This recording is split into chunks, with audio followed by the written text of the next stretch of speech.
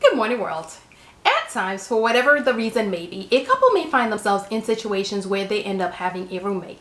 And of course, it's hard enough to live with one other person. When you add a third person to the mix, it can make things a little bit more difficult. And that's why today we're talking about 5 tips for couples with roommates.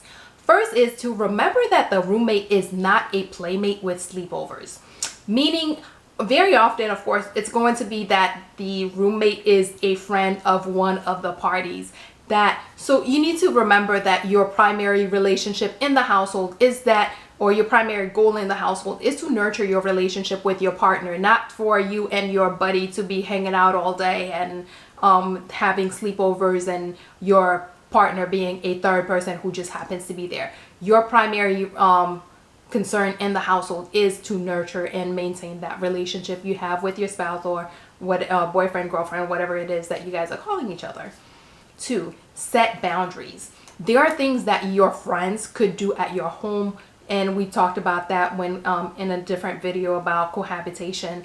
There are things that your friends could do at your home that they are not able to do when you're living with another person, when you're living with your spouse. And when the friend now lives in the house, it's even more important to reinforce certain boundaries. For instance, while your friend could come to your home, your private home before the partner, and hang out in your bedroom, it may not be the best thing for your husband or your wife to come home and find your buddy hanging out on their bed with with their shoes and their clothes from outside, in their bed. So different little things like that are going to be important to both you and your partner. Make sure that your roommate understands that you set those boundaries so that your roommate understands and adheres to it. Which leads me to number 3. Continuously work to ensure that the arrangement is comfortable for both you and your partner. Meaning that you're always going to be checking in with each other, and of course making sure that you, your roommate, as well as your partner are always adhering to the boundaries that have been set, making sure that they're still comfortable with having this person there, that they're still comfortable in the home with that additional person, and that they're of course comfortable with the way that third person is impacting your relationship, because regardless of what we may want or think or want to believe, a third person in the home does have some impact on your relationship. 4, keep private discussions private. This means that there are things that you and your spouse will need to talk about that you'll have to find a private, quiet time to do so. You're not going to have arguments in the middle of the kitchen while your roommate is sitting there watching television and listening to the whole conversation like, hey, this is good television. No.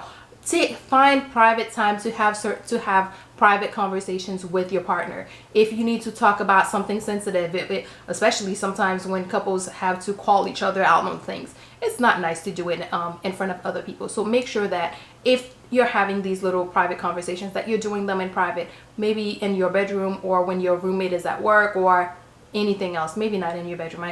I do not like negative or bad conversations in the bedroom, but find a private area, a private moment to have those conversations.